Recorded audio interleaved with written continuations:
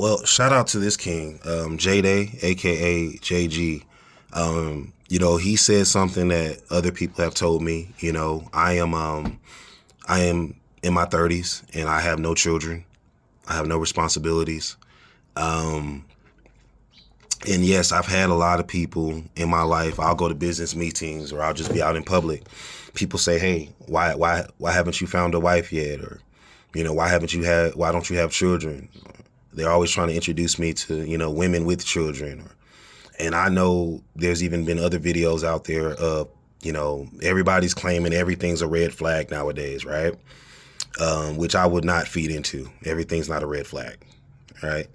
You have videos of women saying, why, as a man who was raised by a single mother, there were times in my life where I was raised by a single mother, why can't you date a woman, who is a single mother? And I know I have protectors in my life. See, women can identify what other women are doing that's wrong that men can't identify, vice versa, right?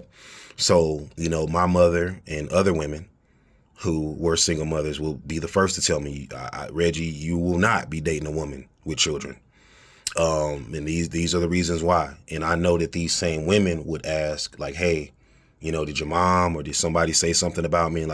And they're checking to see if your protectors, those women protectors that you have in your life that's looking out for you, if they ended up, telling them the flaws of dating a woman who already has children, which I've already decided I will not do. No, absolutely not. I've had multiple women in my life who already had children who would try to trap me. Reggie, I'm pregnant with your baby. Your stress, the stress that you brought into my life ended up killing that child. You're about to have your first child. Find out, lady had her tubes tied way before I even knew her. Another woman, Reggie, I'm pregnant with your baby. Mind you, this is another woman who has children already. And their relatives don't really like me. And I'm over here in Africa, so they call it trapping American. You end up finding out that the woman was never pregnant. I made her take a test.